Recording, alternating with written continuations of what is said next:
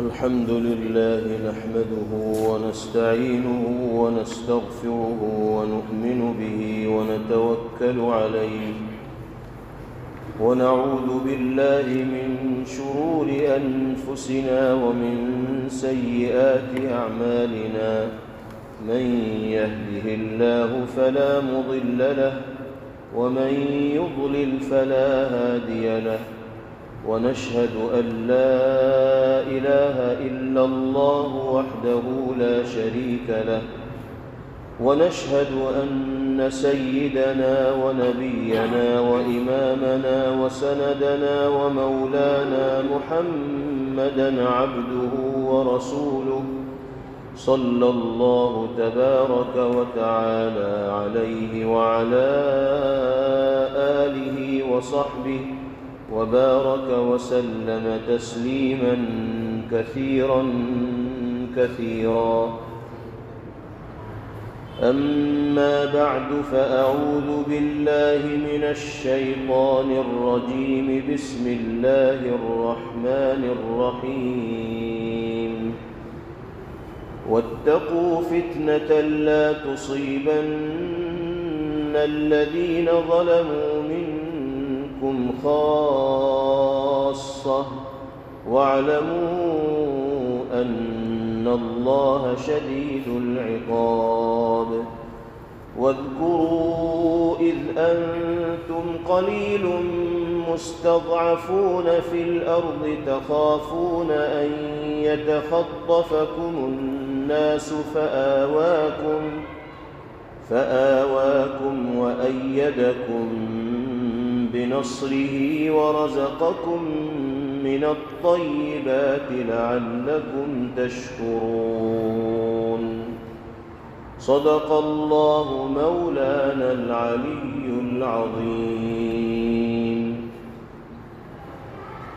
اس سے پہلی آیت مبارکہ میں اللہ اور اس کے رسول صلی اللہ تعالی علیہ وسلم کی اطاعت و فرمانبرداری کا حکم دیا گیا تھا، اور یہ ہدایت کی گئی تھی کہ خیر کا کوئی بھی خیال دل کے اندر آئے، گناہ سے بچنے کا داعیہ دل کے اندر آئے تو اسے غنیمت جان کر پہلی فرصت میں اس پر عمل کر لینا چاہیے، ٹال مٹول سے کام نہ لینا چاہیے، اس لیے کہ اگر وقت پر اس داعیے پر عمل نہ کیا گیا تو ممکن ہے کوئی مانع، حائل اور رکاوٹ پیش آ جائے اور پھر انسان اس خیر کو انجام نہ دے سکے۔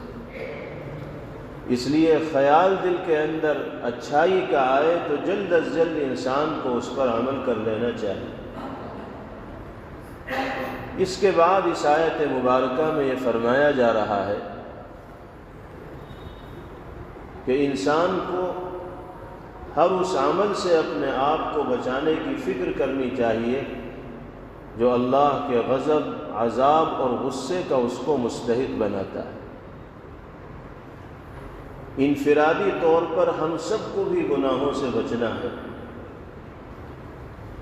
اور ہم جس سماج و معاشرے میں رہ رہے ہیں اس میں اگر گناہ عام ہو رہے ہیں تو ان کے خاتمے کی فکر اور کوشش کرنا یہ بھی ہماری اور آپ کی اجتماعی ذمہ داری ہے،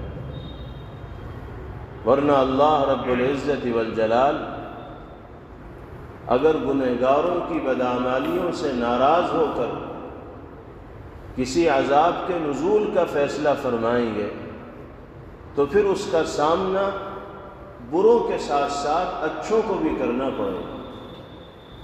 پھر یہ نہیں دیکھا جائے گا کہ کون ظالم ہے، گنہگار ہے، بدعمل ہے، بلکہ جب عمومی عذاب اللہ کی طرف سے نازل ہوگا تو اس میں اچھے اور برے دونوں طرح کے لوگوں کو مبتلا ہونا پڑے گا اور آزمائش کا سامنا کرنا پڑے گا۔ جناب رسول اللہ صلی اللہ تعالی علیہ وسلم نے ایک حدیث پاک میں یہ مضمون بیان فرمایا کہ باری تعالی حضرت جبرائیل علیہ السلام کو حکم دیں گے کہ فلاں بستی کو الٹ دو، ختم کر دو اس بستی میں رہنے والے تمام لوگوں کو۔ حضرت جبرائیل علیہ السلام کہیں گے کہ الہ العالمین آپ کا حکم سر آنکھوں پر، لیکن جس بستی کو پلٹنے کا حکم آپ دے رہے ہیں اس میں تو آپ کا ایک نہایت ہی متقی، مقرب اور مخلص بندہ بھی زندگی گزارتا ہے، جس نے پلک جھپکنے کے بقدر آپ کی نافرمانی نہیں کی۔ کامل اطاعت و فرمانبرداری کا نمونہ آپ کا وہ بندہ پیش کرتا ہے۔ اگر اس بستی کو پلٹا جائے گا تو وہ بھی اس زد میں آئے گا، وہ بھی نشانہ بنے گا اور اسے بھی جان سے ہاتھ دھونا پڑے گا۔ تو باری تعالیٰ کی طرف سے جواب دیا جائے گا کہ ہاں میں سب جانتا ہوں کہ وہ بھی اسی بستی میں رہتا ہے، لیکن مجھے یہ بھی پتا ہے کہ بستی میں گناہ ہوتے رہے، بدعمالیاں ہوتی رہیں، نافرمانیاں ہوتی رہیں، اس کی پیشانی پر کبھی شکن نہیں پڑی، کبھی اس نے اصلاح کی کوشش نہیں کی، فساد کو ختم کرنے کی کوشش نہیں کی، بگاڑ کو ختم کرنے کی کوشش نہیں کی۔ وہ اپنی زندگی میں، اپنی عبادت میں، اپنے نماز روزے میں، تلاوت میں، ذکر و اذکار میں اور وظیفے میں مصروف رہا۔ اس نے سماج اور معاشرے کے احوال کو درست کرنے کی کوشش نہیں کی، اس لیے جب عمومی عذاب آئے گا تو اس کو بھی اس کا سامنا کرنا پڑے گا۔ اس حدیث پاک کے ذریعے جناب رسول اللہ صلی اللہ علیہ وسلم نے امت کے ہر فرد کی اجتماعی ذمہ داری کو بتا دیا کہ ہمیں صرف اپنی زندگی میں مگن ہو کر دنیا میں نہیں جینا ہے، بلکہ اگر ہم نمازی ہیں، دیندار ہیں، دین کی سمجھ اللہ نے ہمیں عطا کی ہے، تو ہمیں کوشش یہ کرنی ہے کہ ہم اپنے گھر کا ماحول بھی دینی بنائیں، اپنے دوستوں کو بھی دین کی دعوت دینے والے ہوں، اپنے سماج و معاشرے میں زندگی گزارنے والے وہ افراد جو گناہوں کے لتی بن چکے ہیں، گناہوں کے عادی بن چکے ہیں، حکمت کے ساتھ ان کو گناہوں سے بچانے کی فکر کریں۔ اگر ایسا نہیں کریں گے تو کیا ہوگا؟ قرآن کہتا ہے وَاتَّقُوا فِتْنَةً لَا تُصِيبَنَّ الَّذِينَ ظَلَمُوا مِنكُمْ خَاصَّةً،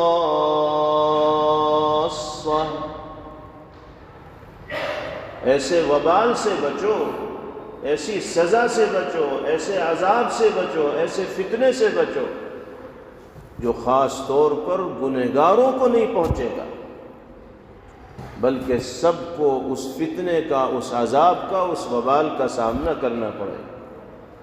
وَاعْلَمُوا أَنَّ اللَّهَ شَدِيدُ الْعِقَابِ، اور جان رکھو کہ اللہ بہت سخت گرفت فرمانے والے ہیں، بہت زبردست پکڑ کرنے والے ہیں۔ ویسے تو اللہ ڈھیل دیے رکھتے ہیں کہ جاؤ کہاں تک جاتے ہو نافرمانی میں، حکم عدولی میں، اللہ نے تو چھوٹ دے رکھی ہے سب کو۔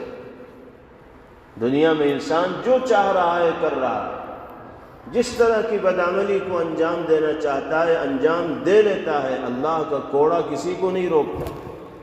یہ ڈھیل ہے اللہ کی طرف سے۔ جب لگام کھینچیں گے باری تعالی تو سب کو وہیں آنا پڑے گا جہاں اللہ بلائیں گے، اور جب اللہ مواخذہ کرنے پر آئیں گے، گرفت کرنے پر آئیں گے، پکڑنے پر آئیں گے، تو دنیا کی کوئی طاقت اللہ کے فیصلے کو بدل نہیں سکتی۔ زلزلے آتے ہیں، لاکھ لوگ لقمہ اجل بن جاتے ہیں، بستیوں کی بستیاں تباہ ہو جاتی ہیں، نام و نشان مٹ جاتا ہے محلوں کا اور آبادیوں۔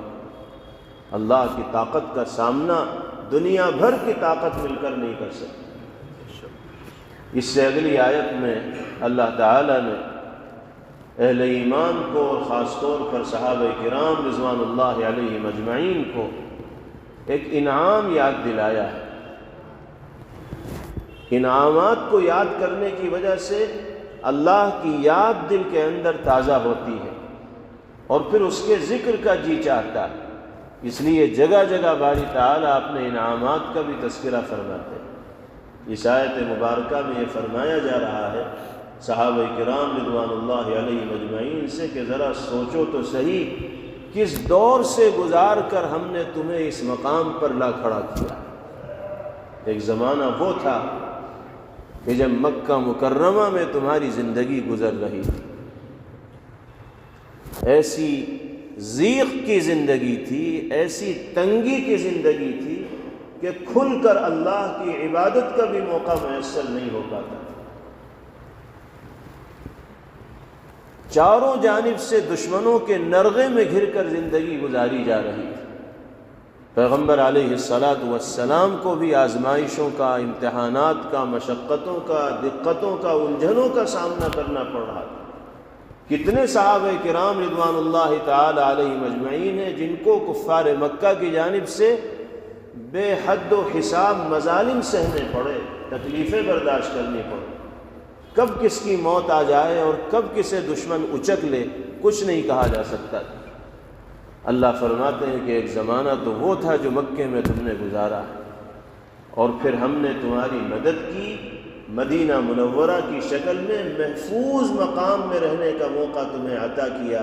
ہم نے یہ ٹھکانہ تمہیں دیا ہے، اگر ہماری قدرت و طاقت نہ ہوتی تو کہاں مکہ اور کہاں مدینہ، یہاں سے وہاں تمہاری منتقلی بھی ممکن اور آسان نہ ہوتی، اور مدینہ میں رہ کر آرام و راحت اور عافیت کی زندگی گزارنا میسر نہ ہو پاتا۔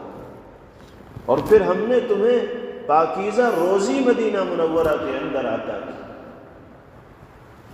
کون سی ایسی روزی ہوگی جو دنیا کے اندر پائی جاتی ہو اور اہل مدینہ کو میسر نہ ہو؟ اللہ نے ساری دنیا کے پھلوں کو مدینہ منورہ اور مکہ مکرمہ تک پہنچنے کا ایسا نظم فرما دیا ہے کہ جہاں پیداوار ہوتی ہے وہاں والوں کو وہ نعمت ملے یا نہ ملے، لیکن اہل مکہ اور اہل مدینہ اس نعمت سے فیضیاب ہوتے ہیں۔ ایسا سسٹم اور ایسا نظام اللہ نے بنا دیا، اور یہ سب چیزیں اللہ نے قرآن پاک کے اندر ذکر فرمائی۔ ارشاد فرمایا گیا وَاذْكُرُوا إِذْ أَنْتُمْ قَلِيلٌ مُسْتَضْعَفُونَ فِي الْأَرْضِ تَخَافُونَ أَنْ يَتَخَطَّفَكُمُ النَّاسُ۔ ذرا یاد کرو جب کہ تم تعداد میں بہت تھوڑے تھے اور بڑے کمزور تھے، تمہارا دشمن طاقتور تھا، اور تمہیں ہر دم اندیشہ رہتا تھا اس بات کا کہ کہیں دشمن حملہ آور نہ ہو جائیں اور تمہیں اچک نہ لے جائیں، اس لیے کہ وہ جس طرح چاہتے تھے تمہیں شکار کر لیا کرتے تھے، مار لیا کرتے تھے، ستا لیا کرتے تھے۔ پھر کیا ہوا؟ فَآوَاكُمْ وَأَيَّدَكُمْ بِنَصْرِهِ، پھر اللہ نے تمہیں ٹھکانہ دیا مدینہ منورہ کی شکل، اور اپنی نصرت و مدد کے ذریعے تمہاری تائید کی۔ وَرَزَقَكُم مِّنَ الطَّيِّبَاتِ لَعَلَّكُمْ تَشْكُرُونَ، اور پاکیزہ چیزیں روزی کے طور پر تمہیں عطا کی تاکہ تم اللہ کا شکر ادا کرنے والے بنو۔ تو اس آیت مبارکہ میں اگرچہ صحابہ کرام رضوان اللہ علیہم اجمعین کو ایک خاص نعمت کی یاد دلائی جا رہی ہے، لیکن عمومی پیغام اس میں یہ ہے کہ ہر انسان کو اپنی زندگی کا جائزہ لینا چاہیے اور سوچنا چاہیے کبھی فرصت کے اوقات میں کہ کتنی نعمتوں سے اللہ نے اس کو سرفراز فرمایا ہے، مالا مال کیا، وہ کہاں تھا اور کہاں اللہ نے اس کو پہنچا دیا۔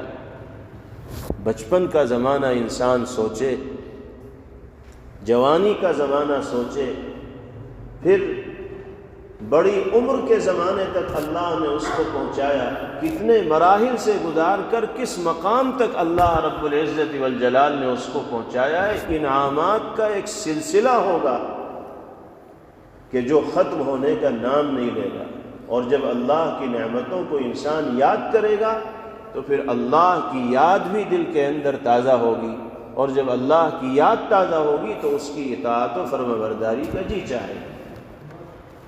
قرآن کریم میں سورہ رحمان میں یہی تو کہا گیا فَبِأَيِّ آلَاءِ رَبِّكُمَا تُكَذِّبَانِ، پروردگار عالم کی کن کن نعمتوں کو تم جھٹلاؤ، شمار سے باہر ہیں اللہ کے انعامات۔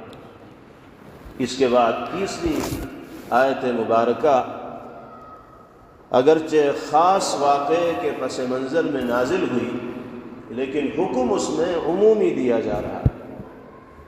واقعہ یہ پیش آیا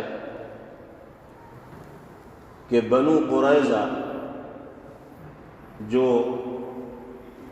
یہود سے تعلق رکھنے والے تھے، ان کے قلعے کا جناب رسول اللہ صلی اللہ علیہ وسلم اور صحابہ کرام رضوان اللہ علیہ مجمعین نے محاصرہ کیا بد عہدی کی وجہ سے، کیونکہ ان سے جو معاہدہ ہوا تھا انہوں نے معاہدے کی خلاف ورزی کی، اور معاہدے کی خلاف ورزی کے نتیجے میں جہاں یہ رہا کرتے تھے وہاں مسلمانوں نے محاصرہ کر لیا اور گھیرا بندی کر لی۔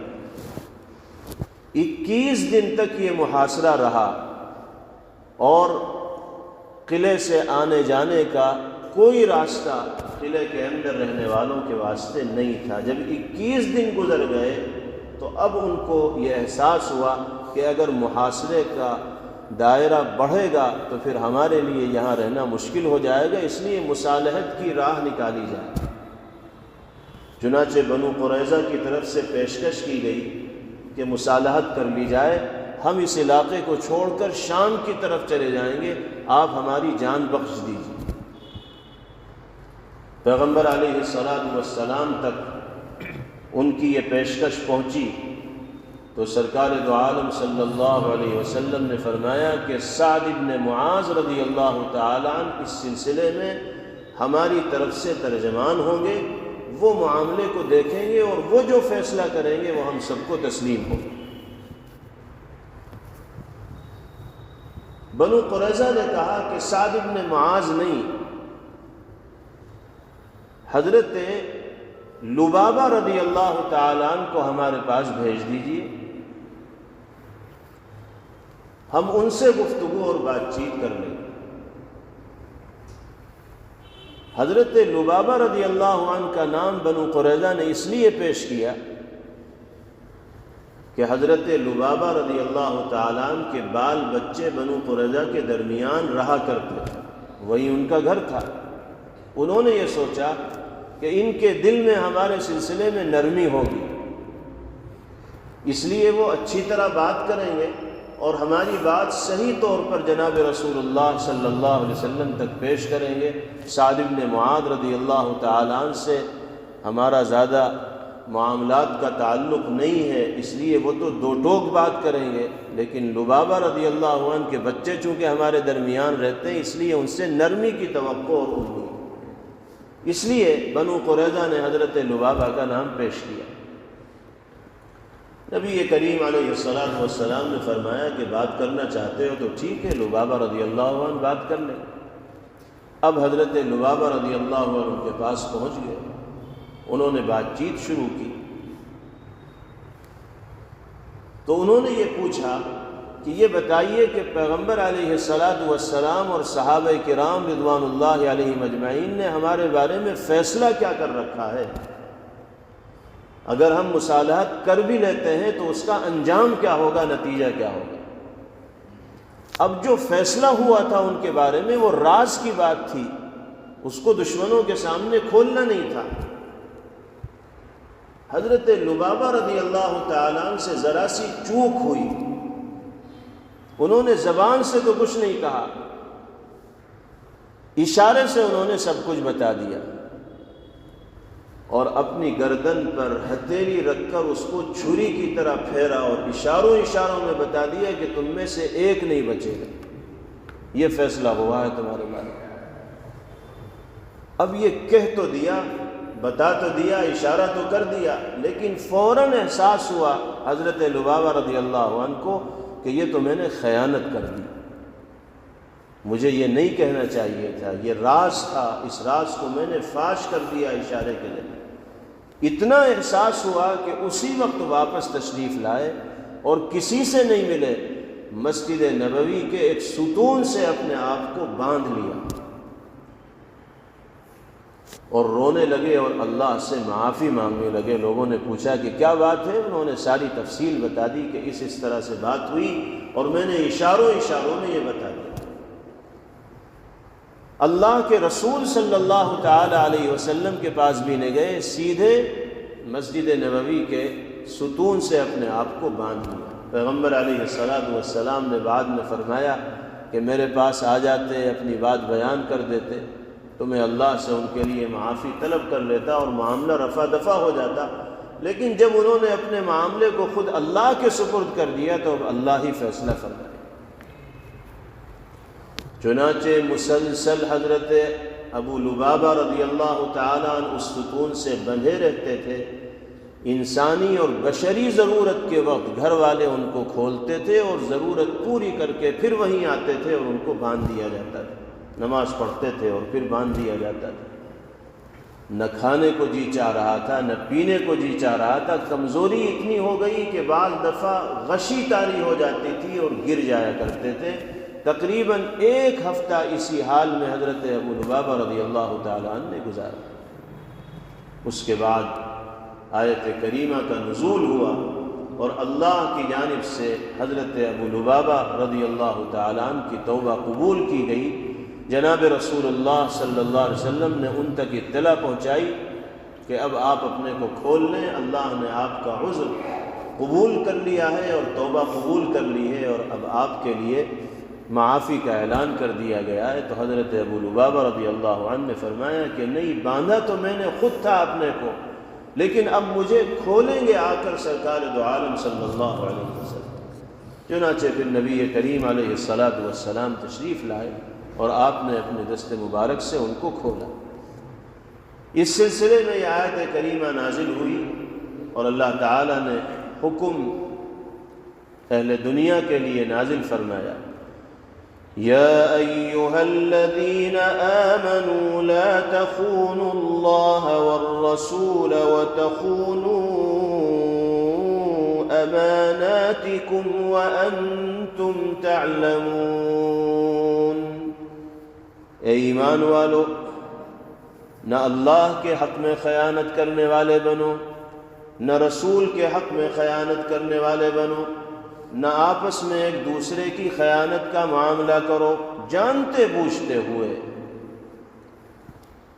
نزول آیت مبارکہ کا اس خاص واقعے کے پیش نظر ہوا ہے، لیکن حکم عام ہے، اللہ اور اس کے رسول کی بھی خیانت نہیں کی جائے گی اور کسی بندے کی بھی خیانت نہیں کی جائے گی۔ اللہ اور اس کے رسول کی خیانت کا مطلب اللہ اور اس کے رسول کے احکامات پر عمل نہ کرنا، اور بندوں سے خیانت کا مطلب کسی کے حق کو مارنا کسی بھی انداز میں۔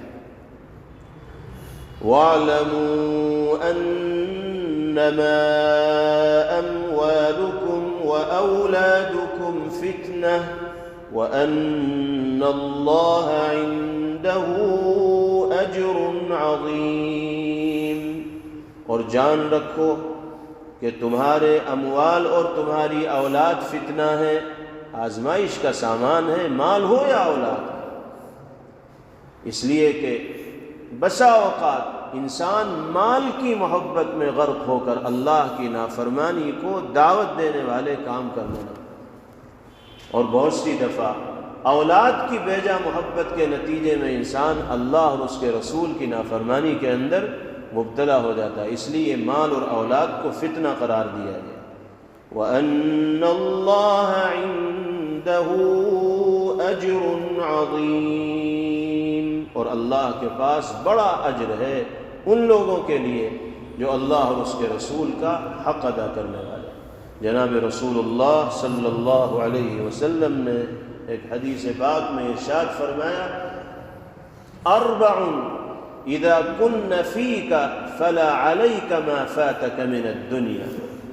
4 خصلتیں اور عادتیں اگر تمہارے اندر پائی جاتی ہیں تو پھر دنیا جہاں کی کوئی بھی نعمت اگر تمہارے پاس نہ ہو تو بھی تمہارے لیے کافی ہے۔ اگر وہ 4 خصلتیں تمہارے اندر ہیں اور اس کے علاوہ کچھ نہیں ہے تو کافی ہے۔ وہ کیا ہیں 4 خصلتیں؟ پہلے نمبر پر آپ نے فرمایا حفظ امانت، امانت داری، بے ایمانی اور خیانت سے بچا کر اپنی زندگی کو گزارنا۔ امانت کا مفہوم بہت وسیع ہے۔ امانت کا مطلب صرف یہی نہیں ہے کہ کسی نے ہمارے پاس 1000 روپے رکھائے اور جب اس نے ہم سے مطالبہ کیا ہم نے دے دیا تو امانت ادا کر دی۔ اور اگر ٹال مٹول سے کام لیا تو خیانت کی گئی۔ امانت کا مفہوم صرف یہی نہیں ہے، بلکہ امانت کا دائرہ بہت وسیع ہے، اور اللہ نے مومن و مسلمان ہونے کی حیثیت سے یا انسان ہونے کی حیثیت سے جتنی بھی ذمہ داریاں ہمارے کاندھوں پر ڈالی، ان سب کو ادا کرنے کا نام امانت ہے، اور کسی ایک ذمہ داری کی ادائیگی میں کوتاہی یہ امانت کی خلاف ورزی ہے، بے ایمانی ہے، خیانت ہے اور بددیانتی۔ تو پہلی صفت جس کی ہدایت پیغمبر علیہ السلام نے دی وہ کیا ہے؟ حفظ و امانت، امانت دار ہو کر زندگی گزار۔ دوسری صفت آپ نے بیان فرمائی وصدق حدیث، سچائی کا عادی بننا، اپنی زبان کو سچ بولنے کا عادی بننا، جھوٹ زبان پر نہ آئے، چاہے دنیاوی نقصان مول لینا پڑے انسان کو، لیکن اپنی زبان کو کذب سے اور جھوٹ سے ملوث کرنے والا انسان نہ۔ اور تیسرے نمبر پر آپ نے ارشاد فرمایا وَعِفَّةٌ فِي طُعْمَةٍ، روزی کو پاکیزہ بنایا جائے، امانت داری ہو، سچائی ہو اور پاکیزہ روزی ہو۔ اور چوتھی چیز آپ نے ارشاد فرمائی وہ حسن خلق، اخلاق کا اچھا ہونا۔ یہ چار صفتیں جس انسان کے اندر ہوں گی تو اللہ ان چار صفات کی برکت سے تمام صفات خیر اس کے اندر پیدا فرما دیں گے، اور اللہ نے ان چاروں صفات کو اتنی جامعیت عطا فرمائی کہ نبی کریم علیہ السلام فرماتے ہیں جس کے پاس یہ چار صفات ہوں، اس کے علاوہ کچھ نہ ہو تو بھی وہ اللہ کی نعمتوں سے مالا مال ہے اور وہ محروم قرار نہیں دیا جائے گا۔ باری تعالی ہم سب کو ان صفات کا حامل بنائے، اور ان آیت مبارکہ سے جو پیغام ملتا ہے اس پر عمل کرنے کی اللہ ہم سب کو توفیق نصیب فرمائے۔ وآخر دعوانا ان الحمد للہ رب العالمین۔ Thanks for watching. Don't forget to like, comment, share and subscribe to Al Wahid channel.